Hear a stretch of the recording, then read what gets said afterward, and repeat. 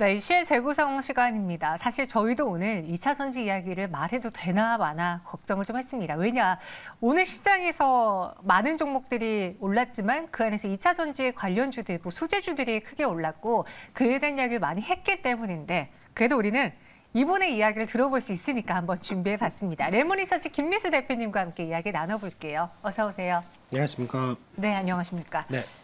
오늘 2차 전지 소재주들이 오른 이유가 좀 여러 가지 있겠지만 그중에서 가장 크게 작용을 한 거는 간밤에 테슬라가 주가가 크게 올랐고 여기에 천슬라 이야기 있고 주식 분할 이야기까지 있으니까 그래서 우리 시장에 크게 영향을 미친 거다라고 보시는 분들이 많은데 동의하시는지요?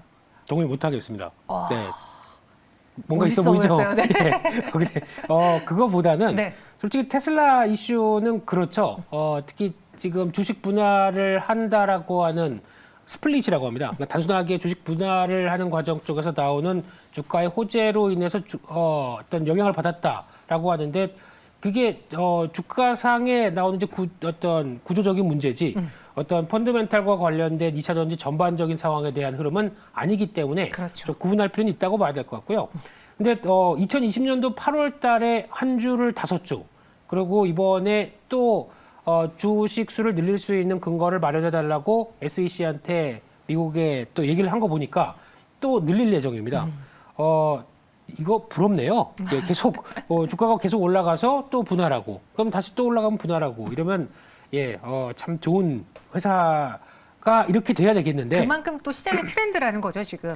근데 한국 기업들은 계속 박스권이죠. 올라갔다 내려갔다가 되다 보니까 이런 현상을 맞지 못한다는 게 좀 아쉬운데 근데 하나 지금 2차 전지 관련된 쪽으로만 보게 되면 지금 테슬라 입장 쪽으로 봤을 때 부진과 어떤 기회 둘 다 있다고 봐야 될 것 같죠. 특히 이번에 중국의 상해 지역에 대한 셧다운이 나오다 보니까 거기서 이어지고 있는 중국 공장 일단 폐쇄됩니다. 이런 쪽에서 4일 정도 폐쇄라고 한다고 하더라도 그 사이에 머스크 형님은 얼마나 속상할까요? 그 사이에 또 충분히 공급을 해야 되는데 근데 반대로 또 이번엔 텍사스 공장이 가동이 됩니다. 네. 그러다 보니까 좋은 것도 있고 그다음에 기회 요인도 있는데 이 부분은 이제 공급량과 관련된 부분들은 조금 더 체크해야 되지 않을까 생각은 들고 있습니다. 그러면은 지금 테슬라 영향은 사실 물론 갖다 붙일 수는 있지만 그리 크게 국내 2차 전지 관련주들의 가치를 재평가시킨다거나 아니면은 호재로 상승을 이끌기는 좀 부족했다라고 했습니다. 그럼 다른 이유를 찾아볼게요. 최근에 2차 전지 소재주들이 부진했던 이유 중에 하나가 원재료가가 너무 많이 올라서 특히나 니켈, 네. 또 구리 이런 것들이 많이 올라서 그래서 비용단에 문제가 생길 것이다라는 게 있었는데 지금 니켈 가격이 어느 정도 안정되고 있거든요. 이것도 그러면 호재로 작용할 수 있었나요? 그렇다고 볼 수는 있는데 네. 그렇다고 또 니켈 가격이 그냥 쭉쭉쭉 밀리겠느냐? 이것도 아닐 수가 있다고 봐야 되겠죠. 그래서 지금 니켈 가격은 급등했던 게 이제 전쟁 리스크와 함께 강하게 움직였다가 또 러시아의 생산량이 꽤 된다라는 얘기가 나오면서 영향을 받았다가 지금 또 고점에서는 또 빠르게 내려오긴 했는데 그렇다고 해서 변동성이 계속 커 있죠. 오르락 내리락 하는 쪽을 최근 들어서는 반복하고 있는데 근데 중요한 거는 이제 니켈도 마찬가지겠지만 이런 국내 배터리 3사가 쓰는 이제 삼원계 쪽에 NCM 같은 경우도 대표적으로 알루미늄까지 포함한다고 하더라도 이 전반적으로 매장량이 한계가 돼 있죠. 그런데 수요는 계속 늘어난다라는 관점으로 보게 되면 가격이 쉽게 못 떨어지는 변화가 나온다고 봐야겠죠. 그렇기 때문에 이를 얼만큼 장기 공급 계약을 통해서 잘 관리를 하고 아니면은 도저히 안 되겠다, 비싸서 못 쓰겠다, 기술 개발을 통해서 이런 비싼 거 안 쓰는 쪽으로 개발해야겠다라는 쪽으로는 나오는데 그럼에도 불구하고 제가 알기로는 망간 프리나 코발트 프리까지는 들어봤는데 니켈 프리는 없습니다. 그렇기 때문에 니켈은 거의 이제 핵심적으로 쓰긴 써야 되는데 사용량을 줄이게 나가는 쪽으로 바뀌진 않을까 싶긴 한데 아직까지는 이 부분이 가장 큰 호재다라고 보기에는 힘들 것 같습니다. 그럼 오늘장 2차 전지주들이 간만에 반등을 보였잖아요. 이게 한 종목에만 국한된 게 아니라 전체적으로 오르면서 코스닥의 지수를 상승하는 가장 대표적인 요인 중에 하나거든요. 네. 일단 김민수 대표님은 수익 실현을 하시겠습니까? 아니면 좀 뭔가 달라진 냄새가 나 비중 확대를 해볼까요?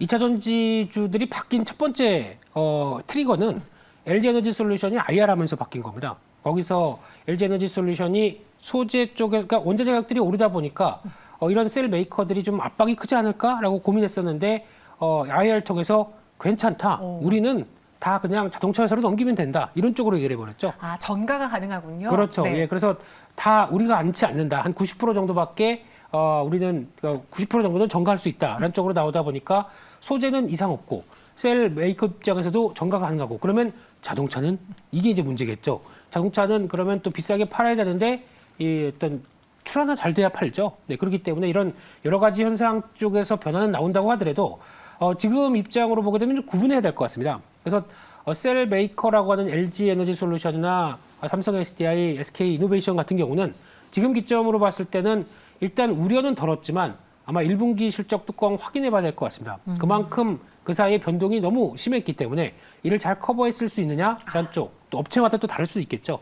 이런 쪽에 대해서 확인할 필요가 있기 때문에 개인적으로는 한번 파시고 다시 실적 발표하고 보시는 게 좋지 않을까 생각되는데 소재 업체는 다릅니다. 지금 들어오는 거 충분히 다 전가가 가능하다라는 쪽이다 보니까 가장 중요한 건 소재 쪽과 또 저희가 첨가제 쪽이죠. 네. 앞으로 이쪽이 대세가 될 쪽은 계속 조정시 매수는 바라봐야 되겠다 이렇게 바라보고 있습니다. 조금 2차 전지지만 셀이냐 소재냐에 따라서 다른 관점으로 투자 전략을 좀 세우셔야 될 것 같습니다. 1분기 실적을 통해서 확실히 이게 큰 문제가 없는 건지 확인하고 접근하자라는 의견과 소재의 경우에는 조정시 매수해보자. 왜냐? 충분히 전가가, 비용을 가격단으로 전가가 가능하기 때문에 더 들고 가보자라고 의견 주셨습니다. 그럼 소재하면 또 가장 먼저 떠오르는 게 코스닥 시장 안에 있는 에코프로비엠, LNF 이렇게 두 대장이 있잖아요. 네. 대신증권에서는 LNF의 가파른 실적 성장이 지속된다며 목표 주가를 32만 원으로 제시를 했습니다.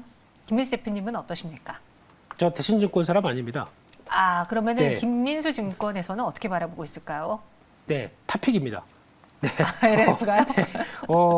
지난주부터 LNF에 대해서 좀 탑픽으로 많이 말씀드렸는데 다행히도 잘 올라오니까 얘기 드리는 건 아니고요. 네. 근데 특히 에코프로비엠과 LNF가 가장 양극재 관련돼서 시장에서 부각을 받는 대표 주자로 보이는데 에코프로비엠 같은 경우는 작년 4분기 때 물론 여러 가지 회사의 이슈도 조금 있었죠. 뭐 도덕적인 얘기도 좀 있었다고 하더라도 그걸 뺀다고 하더라도 어떤 그 성장과 관련된 부분에 대한 변화가 매출액 증가율과 관련된 변화가 LNF가 훨씬 더 클 것이다라고 바라보고 있는 입장 쪽에서 특히 장기 공급 계약의 힘이 물론 에코프로비엠도 있습니다만 지금 더 LNF에 가장 또 직접적으로 다가오는 게 작년에 LG 에너지 솔루션 쪽으로 1조 5천억 그리고 이번 4월 달에는 SK온 쪽으로 1조 2천억 장기죠. 이런 쪽으로 공급한다라고 하게 되면 기대감이 높은데 그 사이에 그래도 회사에 누가 슬쩍 사지도 않았습니다. 네. 그런데 중요한 거는 이 회사가 대구에 있습니다.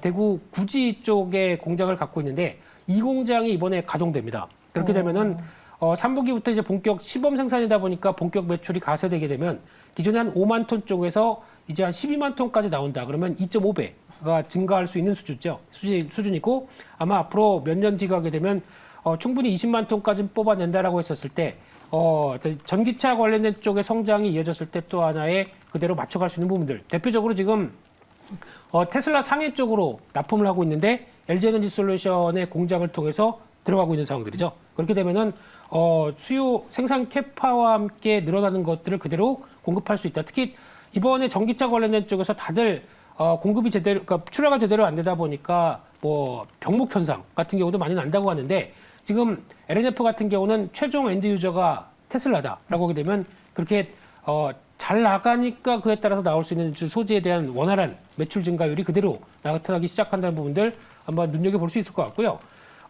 바로 차트를 보여주시네요. 네. 그래서 지금 지금 주가로 봤었을 때는 아마 어느 정도 변화가 나오고 다시 전고점대를 넘어가는 가격들인데 개인적으로는 여전히 조정시 매수 가는 직전 고점대다 보니까 살짝 눌림목 나올 때 가능하다고 봐야 될 것 같고요. 네. 목표가는 일단 직전 고점대 25만 원 보시되 32만 원은 한 상반기 정도 실적 확인한 다음에 그 다음에 움직이지 않을까 싶기 때문에 이 정도까지는 일단 끌어보자 이렇게 말씀드리겠습니다.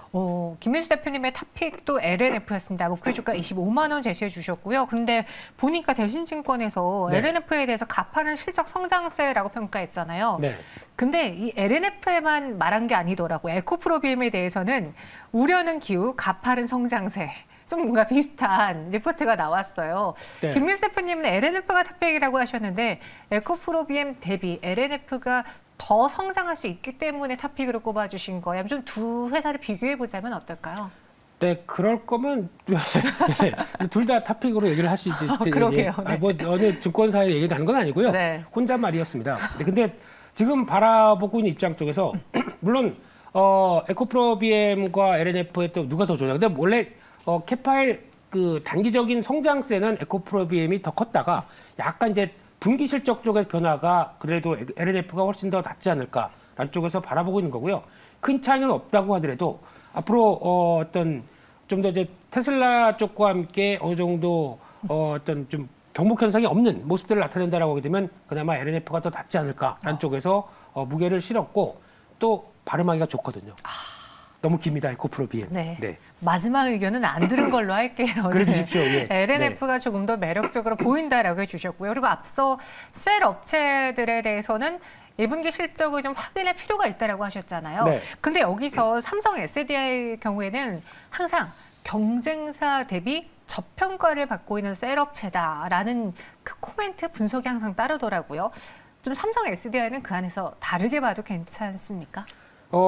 솔직히 그렇게 저평가라고 그래서 저평가를 해소할 수 있을 만한 모멘텀이 확 나와야 되는데 그게 일단 좀 적죠. 그래서 이 부분에 대해서는 일단 두 가지로 해석을 해야 될 것 같습니다.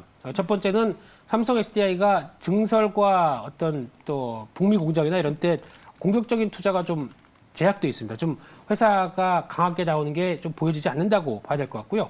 또 하나 두 번째는 순수 배터리 업체죠. 근데 배터리 업체인데 아직까지 약간 저희가 얘기하는 스마트폰 쪽이나 아니면 뭐 어떤 기계 산업 쪽에 들어가는 소형 배터리 쪽, 그러니까 즉 전동용 공구에 들어가는 드릴 같은데 뭐 들어가는 배터리라든가 이런 쪽으로 나오기 시작하다 보니까 순수하게 전기차용으로 들어가는 배터리와 함께 나오는 부분들이 아직 이거를 따지기에는 소형 쪽도 중소형도 좀 있다 보니까 정확하게 EV용 이 배터리에 대한 부분들은 아직 그렇게 또 확장이지 않지 않느냐라는 쪽 때문에 상대적으로 할인을 받는다고 보여지는데 그럼에도 불구하고 어떤 전반적인 실적들은 뭐 전자 소재라든가 이런 쪽으로 다 약간 좀 다변화돼 있기 때문에 크게 흔들리지는 않지만 그렇다고 LG 에너지 솔루션처럼 전기차와 함께 성장하는 좀 진심의 모습들이 좀 덜하다 안쪽에서 약간 좀 상대적으로 소외를 받지만 그래도 어느 정도 실적에 대한 변화가 꾸준히 이어나간다. 그러면 움직이겠죠. 근데 지금은 아닌 것 같습니다. 네. 알겠습니다. 삼성 SDI에 대해서 저평가는 맞지만 경쟁사 대비 저평가는 맞지만 그렇다고 우리가 과감하게 트라이 도전해볼 만한 그런 매력도도 아직은 보이지 않는다라고 해주셨어요. 그럼 마지막으로 사실 올해도 하나의 탑픽 업종, 탑픽 섹터를 꼽아주세요라고 연초에 많은 분들께 질문 드렸을 때 그래도 올해도 2차 전지주가 상승할 것이다, 성장할 것이다라는 데 많은 분들이 의견에 동참하셨거든요. 현 시점에 저가 매수와 2차 전지주는 무엇이 있을지 또 저희 채팅방은 오늘 2차 전지 소재보다 폐배터리 이야기가 굉장히 많은데 네. 혹시 폐배터리 쪽도 같이 봐야 되는 건지 투자 의견 말씀해 주시죠. 네, 그러니까 배터리 재활용이라고 그러죠. 네. 앞에 폐자가 나오니까 네네. 조금 좀 발음이 어렵죠. 다시 쓰는 거. 네. 그래서 이런 쪽 배터리 재활용과 관련된 쪽은 앞으로 대세입니다. 대세인데 이쪽도 변화를 이끌어가는데 지금 제대로 하고 있는 회사가 제가 알기로는 성일하이텍이라는 회사가 아직 비상장이지만 가장 먼저 성과를 내고 있는데 이쪽 말고 나머지 대기업들부터 특히 고려아연 같은 경우도 벌써 배터리 재활용에 대해서 좀 여러 가지 활용을 하려고 하고 있고 나오고 있는데 주가가 이를 어느 정도 반영은 못하고 있는 상황들이죠. 시도만 하는 단계네요. 그렇습니다. 네. 그래서 앞으로 계획은 있겠는데 이 계획이 앞으로 도출이 돼서 성과가 나올 때까지는 좀 시간이 걸리기 때문에 아마 이 성일하이텍이라는 회사가 잘하면 하반기에 상장이 될 걸로 보여지고 있고요. 그때 모멘텀이 되게 되면 그때 아마 또 여러 가지 리포트가 많이 나오겠죠. 네. 그때는 준비하자라는 쪽이지만 미리 대응하기는 조금 좀 부족할 것 같고요. 그래도 그중에서 본다고 하게 되면 그냥 항상 좋아하던 회사 나노신소재. 나노신소재. 네, 이런 쪽도 지금 현재 CNT 도전제 많이 올랐네요. 네. CNT 도전제 관련된 쪽에서 실리콘 음극재가 앞으로 많이 쓰이는데 거기서 이제 필요한 쪽이 수명을 또 늘리고 거기다가 어느 정도 효율을 높인다라고 하게 되면 가장 필요한 쪽이라고 봐야 될 것 같고요. 두 번째는 2차 전지 쪽에서도 북미 쪽에 공장을 건설하고 계속 투자를 한다. 그러면은 장비 쪽도 계속 관심 있게 봐야 되겠죠. 맞아요. 네. 네, 그중에 하나 한화기술도 관심 있게 보셔야 될 것 같고요. 얘네도 장비 쪽이에요? 네, 오. 한화지 않습니까? 네, 그래서 하나 기술이고요. 네. 근데 원형 그리고 파우치형, 각형 모두 할 수 있는데 배터리 3사에 다 들어갑니다. 이런 강점이 있기 때문에 아마 수주잔고 흐름들 작년에 하반기 때 조금씩 보강되는 것 같은데 확인되기 시작하게 되면 또 레벨업이 되지 않을까 이렇게 바라보고 있습니다. 소재로는 나노신 소재, CNT 도전제 이야기. 저희가 오늘 앞서 또 최현옥 매니저와 다뤄봤던 종목이네요. 나노신 소재가 나왔고요. 그리고 장비 관련해서는 하나 기술을 눈여겨보자 해주셨습니다. 여러분들 2차 전지주들에 대해서 궁금하셨다면 오늘 김문수 대표님의 의견 잘 참고해 주세요. 여기서 인사드리겠습니다. 고맙습니다. 감사합니다.